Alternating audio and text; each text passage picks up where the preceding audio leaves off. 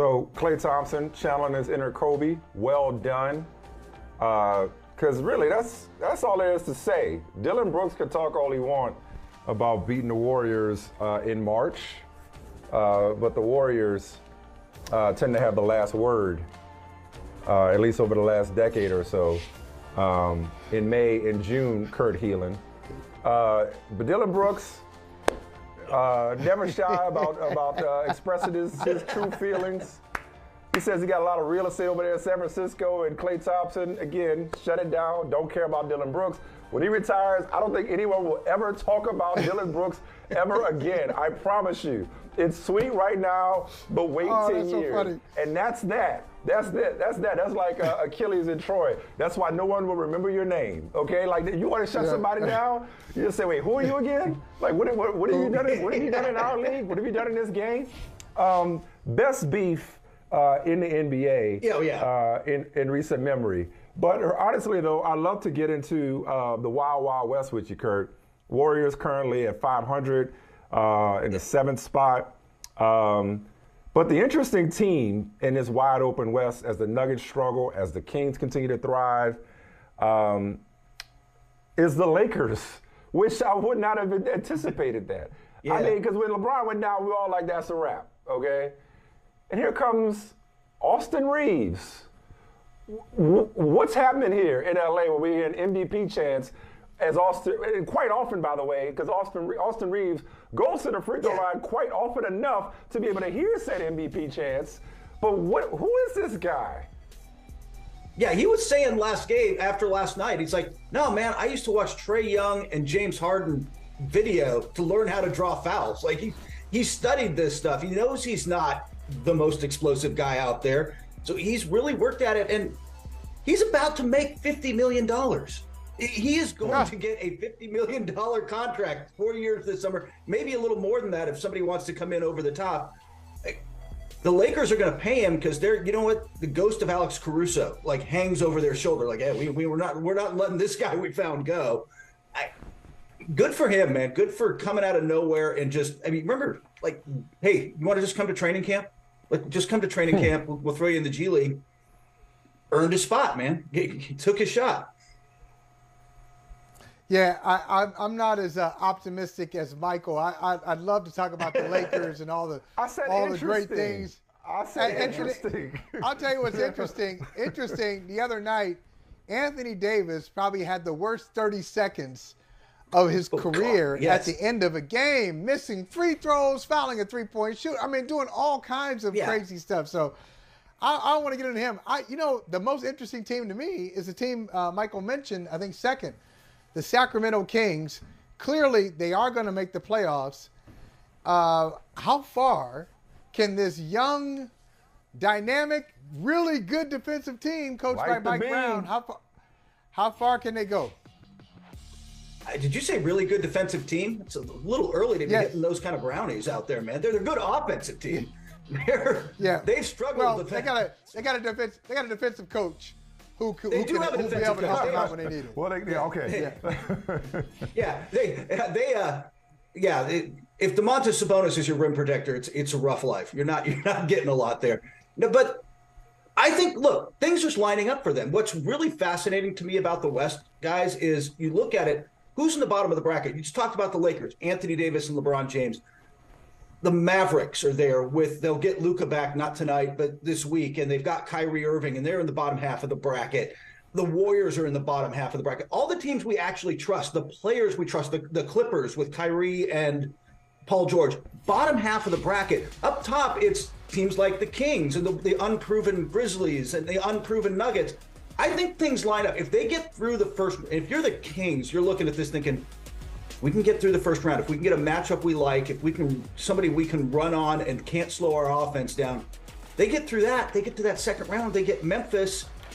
Even with Ja back, that's not a team that's like feeling on solid footing. And suddenly Mike Brown's looking at a run, and you can see it in the way he's coaching them, can't you? Can't you see him pushing them like you would push the Warriors? Like, hey, man, this isn't good enough. Yeah. Speaking of the Warriors, and Michael knows this, I'm not into suggestions. I don't have a suggestion box. I don't have There's no complaints, hotline on this here show. I'm not into letting other people make editorial decisions around here, but I can accept constructive criticism.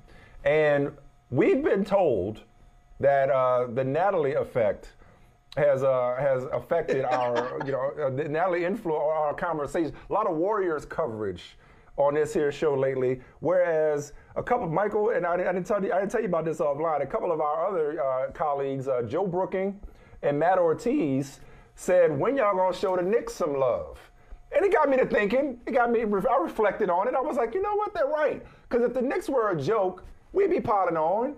We'd be talking about James Dolan and this, that, and the other. But the Knicks, lo and behold, beat the Nuggets. Still, despite their struggles, the West leading Nuggets, currently in the 5th spot, looking solid. I mean, how seriously should we take these New York Knicks? They get Cleveland in the first round, right? A Cleveland team that we're not sold on.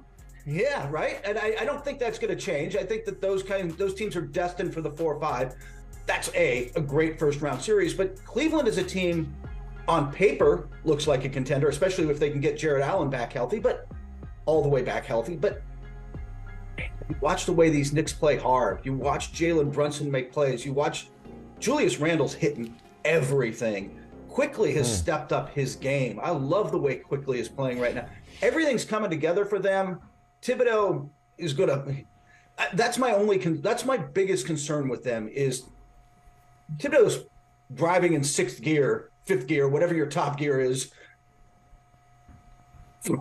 from November, right? Like by Thanksgiving, he wants the team in 6th gear. And is there what happens when they hit the playoffs and everybody starts playing hard? Are they going to be able to get there? But man, it's hard not to like this team. It's hard not to be entertained by this team and kind of root for them. And sometimes it's not always easy to root for New York teams, but this team is just fun. Brunson's fun. Yeah, I think they. Don't you think they could get by the first round? Don't you think they could get by the first round? No, I don't. No, I don't. I do not. I don't like the matchup with Cleveland for them at all. I don't. We try to give Knicks fans something, and Michael like, nah. Hey, because you know what? Because they're New Yorkers, and they can cut right to it. Take out the pretense. Take out the BS. Okay, just give it to me. Okay, what's up? They know. Hey, the Knicks they're not a joke, as you said, Mike. They're not a joke, but they're also not a contender, and they're not reliable. So last year or a couple of years ago, they play in the first round, and they're getting all excited. They're taking on Trae Young and the Hawks, and they lost that 5 or 6 games. And you're right, Kurt. They do a nice job in the regular season. By the time they get to the playoffs, something is not quite there. I do not like them. If they match up with Cleveland, especially if Cleveland maintains home court advantage. Oh, yeah. I like the Cavaliers in that series a lot because I think the Cavaliers are better than they are. Who's got the best player in the series? It's Donovan Mitchell going away. Yeah, Donovan Mitchell going away. And he's proven in the playoffs. He has stepped up and had huge playoff series, so we know what he can do. So, I'm with you. I'd still take Cleveland, but I think it'd be fun. All right, speaking of stepped up, save this for last. That is now 7 straight games with 30 or more points on at least 55% shooting for Joel Embiid. That is tied with LeBron for the longest streak since the inception of the shot clock in 1954. He has a franchise record 9 straight games with 30 points. Wasn't that long ago where there was a lot of hue and cry and gnashing of teeth over the idea of ringless Nikola Jokic being crowned MVP for a 3rd straight season. Now, given the love that Giannis is deservedly getting, and given what Joel Embiid is doing right now, Jokic may finish 3rd, if for no other reason than I told this to Vinny Goodwill the other day, Kurt. I think a lot of people probably at this point scared to vote for Nikola Jokic because they have been shamed for not giving Joel Embiid what he has been denied for the last couple of seasons. Yeah. Also, Nikola Jokic has gone farther in the playoffs than Joel Embiid. If we're going to go that route, one of these guys has been to a conference final, and it's not Embiid, right?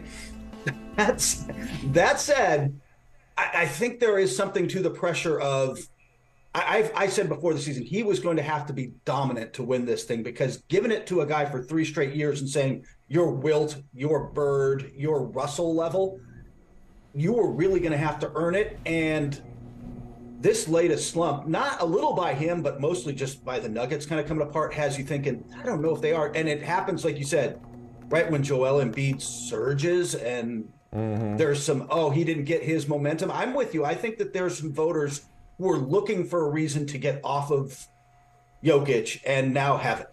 We'll see what happens. I'm really curious where voters are going to go. I've got one of those votes. I don't know. I'm just telling you now. I don't know what I'm doing. I mean, I know it's not Mike Muscala. After that, it feels like the moral of the story. But it feels like the moral of the story, Michael, if we take nothing else from this entire conversation, I know we got to wrap this up, it's just wait till the end of the year. Because for all the people that were upset about the idea of Nikola Jokic getting a 3rd straight MVP, probably won't. It's probably going to be a moot point. Because of 33.5 points a game. and a team that's caught Boston for the 2nd seed, hell, may catch Milwaukee before it's all said and done. Exactly. That's exactly what I wanted to say. That's what I wanted to say to Kurt. And I always like to see, where did the trend begin? Kurt, do you remember when we got to this trend where we talk about the MVP all season long, 25, 50, game 75, and just the odds right now? Yeah. I don't remember it being, like when did 10 that games start? in. I don't. That's crazy. Last few years, I got asked that 2 weeks into the season. I'm like, well, I don't know. Hell, we probably asked it to you. We probably did. It's probably us, Kurt. Yeah, we're the ones who started it. We complained about it. We started it.